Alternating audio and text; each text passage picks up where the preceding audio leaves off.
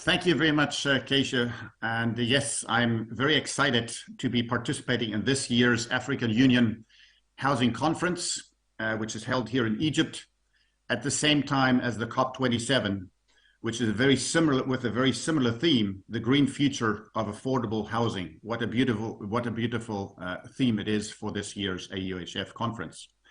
We're also very, very excited about our panel this year to discuss innovation and scaling of self-sustainable green smart villages, and bringing together such an esteemed panel from the worlds of politics, of technology and banking to address this very key topic in Africa. It's really a great demonstration of industry collaboration to unlock the affordable housing opportunity in Africa. In preparing, we actually found that we all speak the same language these days. We speak the same language of digital, of data, and this really unites us and gives us an opportunity to together address the housing challenge. So we're now going to introduce all of the panel members. I'll start off by introducing myself, and then we'll hand over to the other panel speakers. First of all, my name is Karsten Popp. I'm the CEO of iLima Digital Foundry. We're based in Silicon Valley and in South Africa, and we're really pioneering using newest technologies, the affordable housing and self-sustainable communities for Africa, using the latest state-of-the-art technologies of artificial intelligence, big data, robotics, and latest industrialized construction technologies to address this topic. And now I have the pleasure to introduce our next panel speaker, Mr. Bongani Magongo. Bongani, over to you. Thank you very much. My name is Bongani Magongo. I'm the Chief Executive Officer for the National Development Agency, which is a public agency in South Africa. The theme and the session that we are in is of interest to us because the National Development Agency is mandated to contribute in eradication of poverty and its causes in South Africa.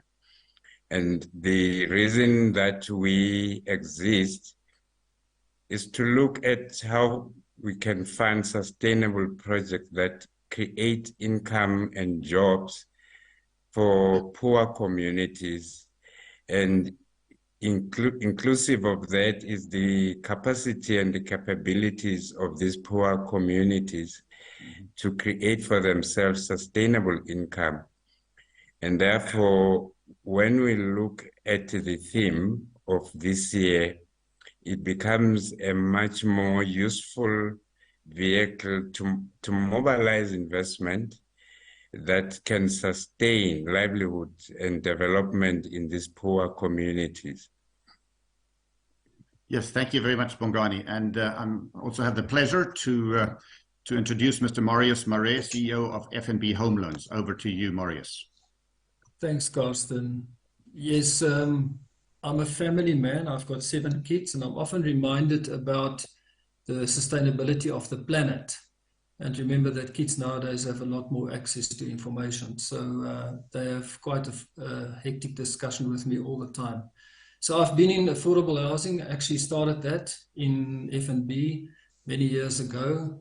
And obviously the whole intent there was to create a new marketplace and try and build wealth for people. So we did more than 200,000 homes so far, and it's still a journey to continue. And we're actually very proud of that. We did various studies over the years about the property capital created in these new developments. And it is just amazing to see how people sort of aspire to improve their own quality of life and build more capital. Also, job creation is a big issue, and on site, and even people manufacturing windows and tiles and whatever, there's a lot in the value chain around job creation for these developments. So as our bank, and I think many other banks, we're obviously keen to always explore ways to unlock funding and try and also make markets where we can to assist with that, to unlock further potential. And we estimate just in South Africa alone, the extent of debt capital in existing properties that can't really trade is around 4 trillion rand latest estimate. Yeah, so there's a lot of work to be done, not only for existing property, but also for new ones. And this is where the village design and the thinking around creating sustainable smart villages is so important. And we really want to participate in the rollout of that across the continent. Thank you very much, Marius. And I have the pleasure to now introduce Mr. Fred Platt, Executive Chairman of the Nexus Water Alchemy. Over to you, Fred. Thank you, Karsten, and thank you so much for allowing me to be part of this incredible engagement. My background is I've been in corporate, and most recently I was the CEO of an infrastructure company on the Johannesburg Stock Exchange. But at the end of the day, my passion really lies in water and the ability of water to unlock economic activity and to provide dignity to communities. As you will see, water plays a critical role in 10 of the UN Sustainable Development Goals, and therefore it's a priority investment that unlocks the development and at source. So the bottom line is, the quest that we've been on is how do we look for the available technologies, be it in data, be it in digitization, or the use of distributed ledger, to ensure that previously unbankable projects can be funded, and that can clearly then form the foundation for the developments that we're talking about. Thank you very much, Fred. And also have the extreme pleasure to announce Mr. Etienne van Wyk. He's the Chief Development Officer of Beyond COVID. Over to you, Etienne. Thank you very much, Karsten, and thank you once again for the opportunity to participate in this wonderful event and this wonderful discussion with these esteemed colleagues. Beyond COVID is a non-profit organization that was co-founded by myself and Lings Naidoo, and we are focusing on the unemployment crisis that we currently have in South Africa, with a specific focus on making sure that the SMME sector, which was devastated by the COVID-19 crisis, is actually able to recover in line with the corporate sector. The vehicle that we use to drive this recovery is that we actually organize SMMEs into new entities together with major corporate clients, so that we have an ability to now incorporate SMMEs into the supply chains of various commercial markets. Now, these SMMEs is the lifeblood of many poor communities in South Africa and potentially elsewhere in Africa, and digital technology now enables us to do this organization and run sophisticated operations concurrently with large corporates, which means that we can now position these SMMEs to become part of the supply chains to the smart villages, and also help to reduce the risk profile for investors such as large banks and funds that will be driving these investments. So thank you for the opportunity to contribute, and we look forward to the discussion. Thank you very much, Etienne. And I think we all agree that there is, looking at the issue from both the political, the financial, as well as the technology side, gives us an opportunity to potentially advance things in a very positive way. So over to the next part, which is looking at our theme, innovation and scaling of self-sustainable smart villages. On the right, you have a number of elements that are part of a village, from the logistics to the educational side to the structured commercial side, but really covering the infrastructure, the interconnectivity, and the village economy. Infrastructure are things like utilities, water that you've heard, or energy, electricity. Interconnectivity, so important to be able to work or to walk to work. The broadband today, Wi-Fi establishment is fundamental as part of these self-sustainable smart villages. And then the village economy, things like we spoke of, the local jobs, the platform cooperatives, or value-added light home industries. All of this today is doable from a digital and data perspective, to model things before they get built, to measure things when they are built, and to manage the sustainable smart villages going forward. So this really is a fascinating topic, and you now have the opportunity to listen to each panel speaker, how they would address this specific self-sustainable smart village and their activities. So over to you, Bongani. Thank you, Karsten, and everyone. I think what I'm going to just quickly talk about is the opportunities and the challenges in South Africa, which provide, I think, a big opportunity for creating and investing in sustainable smart investment within the village communities or poor communities, as we describe it in South Africa. There are a couple of things that they really open the gates for doing that.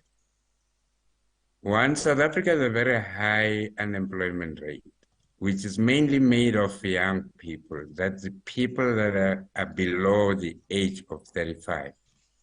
That's one endowment that we can quickly turn it around into the vehicle that can create, they can move from the traditional construction of villages into smart villages, given investment. The second one is the actual backlog, the country struggling to keep up with the demand.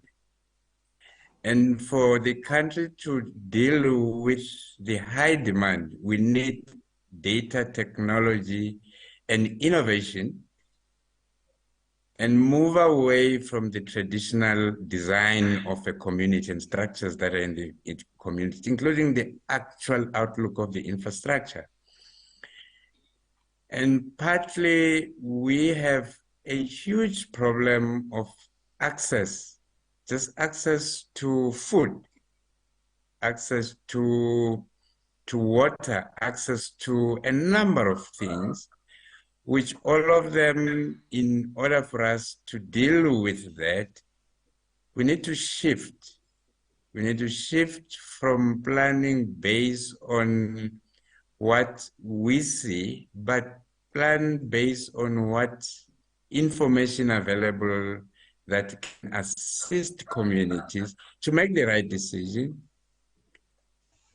create an environment within which they can participate in the economy effectively, and produce adaptive policies that can support the development of that. I think if we start to look at how do we create a mechanism for dealing with some of the challenges that I have raised, we've got to get to a platform that can attract a private capital. Yes. Because private capital has got the ability to adapt to both new policies, innovations. They've got the ability to adapt to local demands and local interests, as long as they're informed by the communities, because then that becomes a commitment.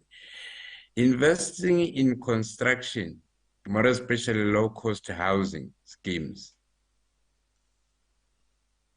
and the demand versus the ability to deliver, I think it can benefit very much from technology. In other words, we must think of how we construct these houses, and we must think how we get private investment participating. This is the same when you look on agriculture. Any community that doesn't have the ability to create their own sustainable livelihood, which is food, is the basic one. Yes. And all of these communities around have got the infrastructure to actually make their own food, make their own businesses within the agro processing, And when you implement that using those mechanisms, you actually deal with climate change challenges, because all of this will reduce the carbon emission, and it will reduce the problem that causes a climate change. It's not just only fossil fuels, but it's how we manage our environment and our surroundings. So it is important to have the information, have project designed in a manner within which are supportive to local needs, using local material, and the ability of the government's policies to adapt to these changes and invite private investment into this development. Thank you. Thank you. Thank you very much, Bongani, and very, very relevant to our theme. Thank you very much. We'll now hand over to Marius to discuss a little bit from the F&B point of view. Marius. Thank you, Karsten. Yeah, so we've been involved in quite a bit of affordable housing developments. And on the left, one can see that picture of how it normally would look. It's still like that, and I'm aware that there could be property developers also attending this. But still, it's sort of a sprawl thing. There are a lot of sort of block housing developing with quite a big infrastructure cost to this, and probably some of the social infrastructure coming a bit later, post the initial development. So one has always got that sort of thing that all the planning is not always, and all the events won't happen in a sort of aligned manner and rolled out like that. So we certainly very keen. Also, we've explored before. There's a picture here of a project in Cape Town where we did many years back 43 units with government on the N2 there. And the idea there was to create these Lego blocks where there's sort of components. So each block will function pretty much, could function on its own, but it could fit into a larger sort of design.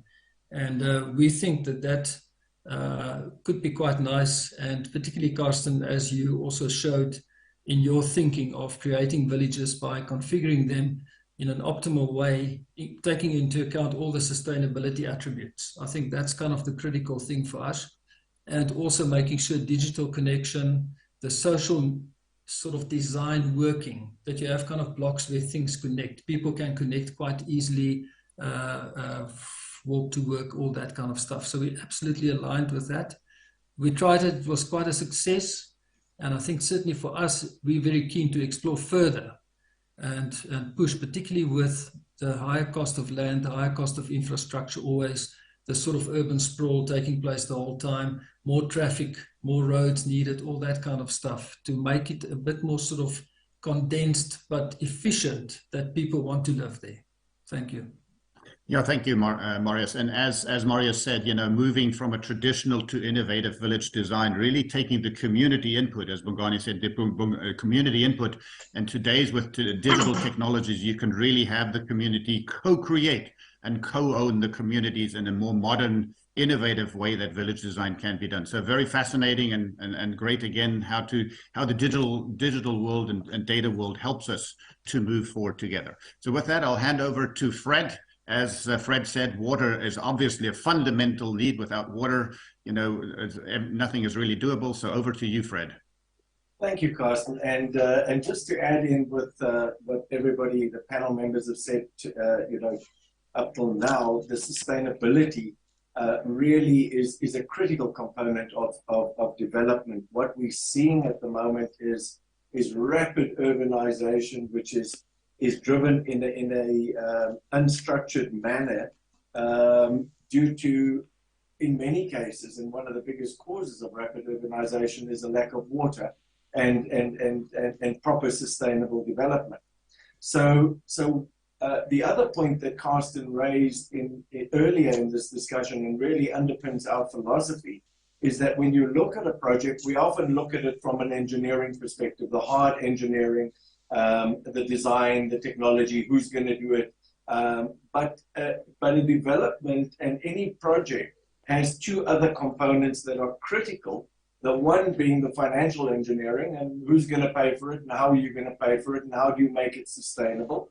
And the next one is the social and stakeholder engineering. How do you get buy-in? How do you create communities? How do you ensure that your installations are safe? How do you ensure buy-in, and how do you ensure that whatever you're putting down becomes the basis for the development of a community?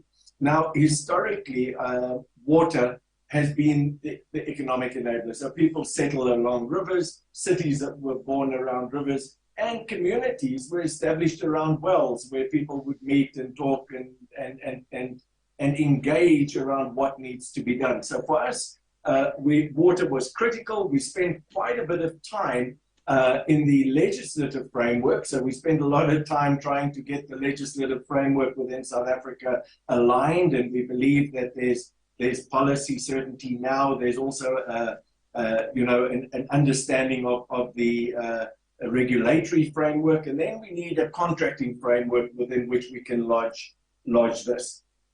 So our basic philosophy is that we understand the model. We know what we need to deliver. We've been in the water sector for many, many years. We know that water underpins development.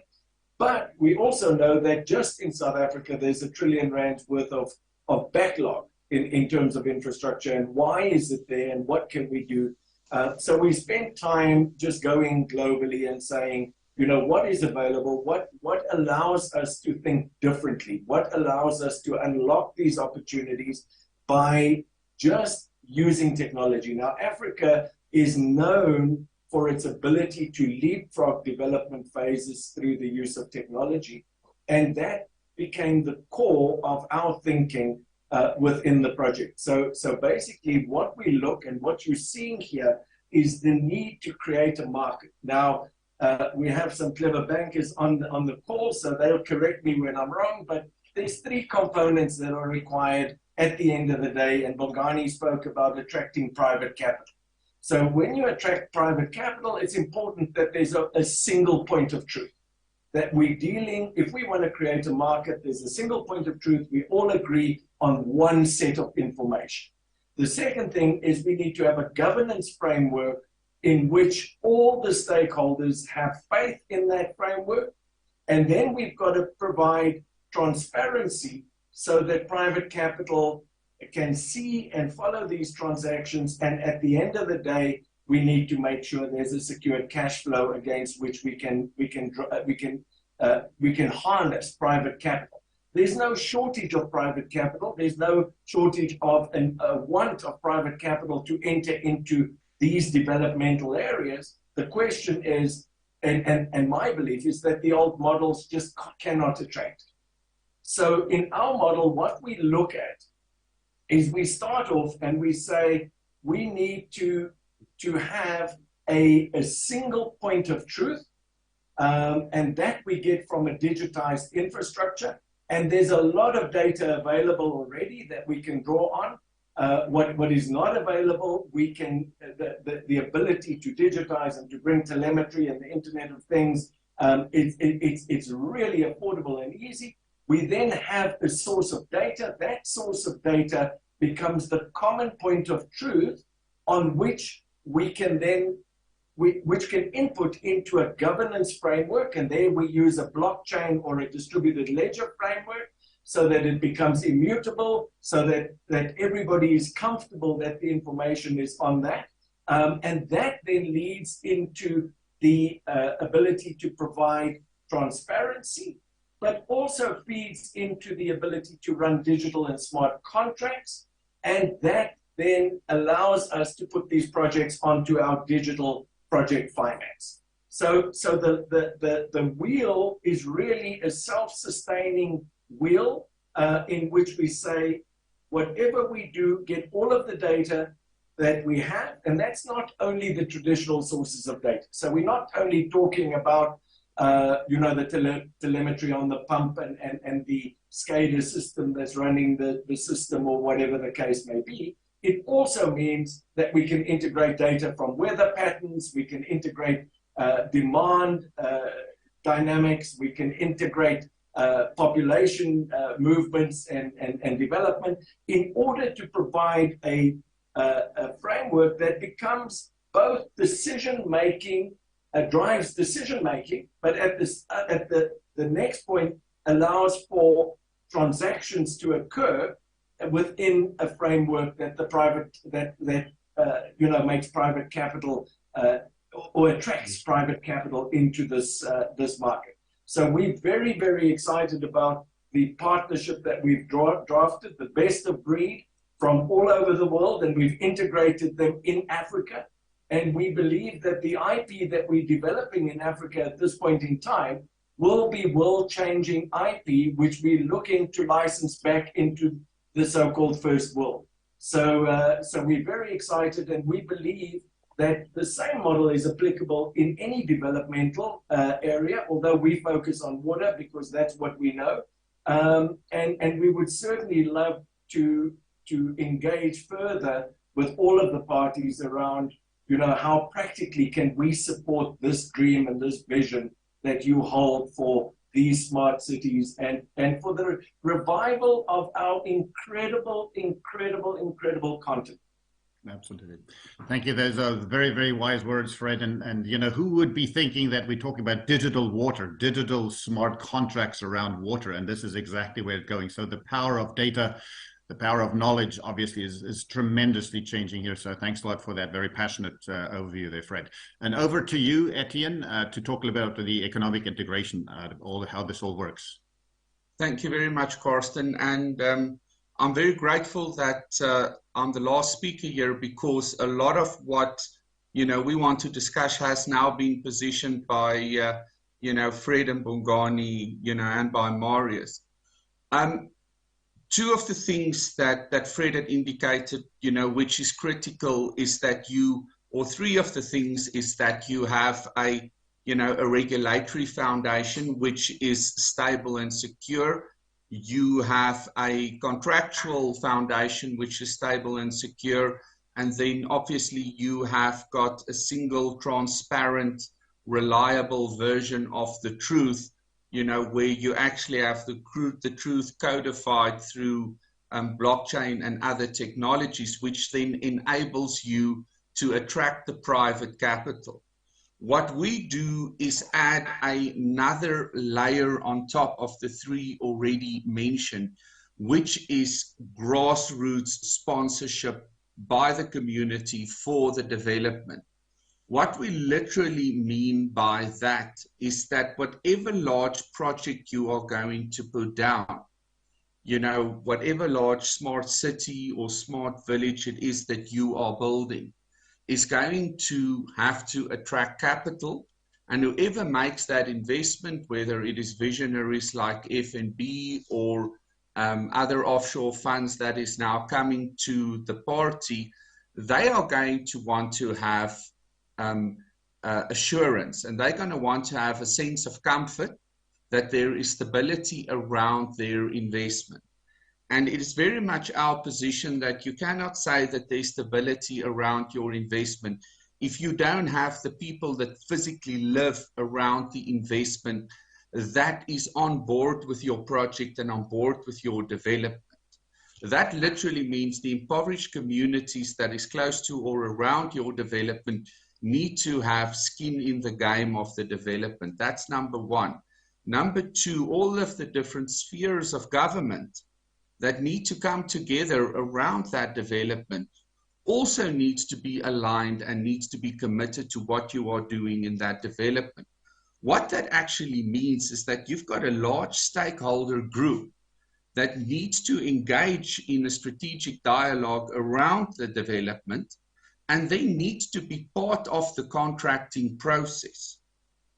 So the traditional model where you just have the developers and their investors and potentially a small number of government players getting together, and they are the only stakeholders in the contracting process, that is something of the past. What is now possible with modern digital technology is that you can involve all of the stakeholders, the governments, the investors, the developers, civil society organizations, SMMEs in these impoverished communities which are critical, as well as job seekers in these communities which are critical. Not only can you must involve them all in a structured, formal collaboration process that they are stakeholders both in the design and in the build and in the running of your smart cities or your smart villages that you are building. If you get this right, you actually have grassroots sponsorship of your developments, which is going to give your investors, you know, risk reduction, you know, with their development. That is going to be critical to also attract the attract the investors. What this practically means for the impoverished communities that are close by to these developments is you're going to have to lock in their interest through jobs, and you're going to have to lock in their interest through making sure that their SMMEs have market access to whatever it is that you are developing. So from our perspective, you know, we have been, and we're excited to continue working with the likes of the NDA and now, you know, with Nexus, in order to make sure that we can facilitate and drive the process to make sure that these impoverished communities are formal stakeholders and shareholders in the new developments, and that their interests are locked in through jobs and SMME markets. And what makes this all possible, which wasn't possible a very short time ago, is with digital technology. This dialogue and this contracting and this ongoing collaboration can now be done. And this is very much a vehicle for economic development in this country, in South Africa, and hopefully elsewhere in Africa. Thank you very much, Etienne. And wow, a lot of passion, as we can all hear. I think all of us agree that with the spectators and seeing the panel members, I think the passion, the energy, I can assure you, even putting this together. And really, it's all about the innovation and scaling of self-sustainable green smart villages. And really, as we've seen, everyone talks about the digitization. Data really is the common language, including with the importance of the community, the role of the co-creation, that co-ownership, but data becoming the common language that unites us, whether we're in the political world, whether we're in the technology world, or whether we're in the banking world. What a unique opportunity we have. And I really want to thank the panel members for participating. I want to thank the African Union Housing Finance Conference members here who helped put this together. And we're hoping that we're now moving not just to dreaming about things, but scaling and making this happen in Africa as we go forward. So thank you very much for everyone's participation, and looking forward to the rest of the conference. Thank you very much, Keisha.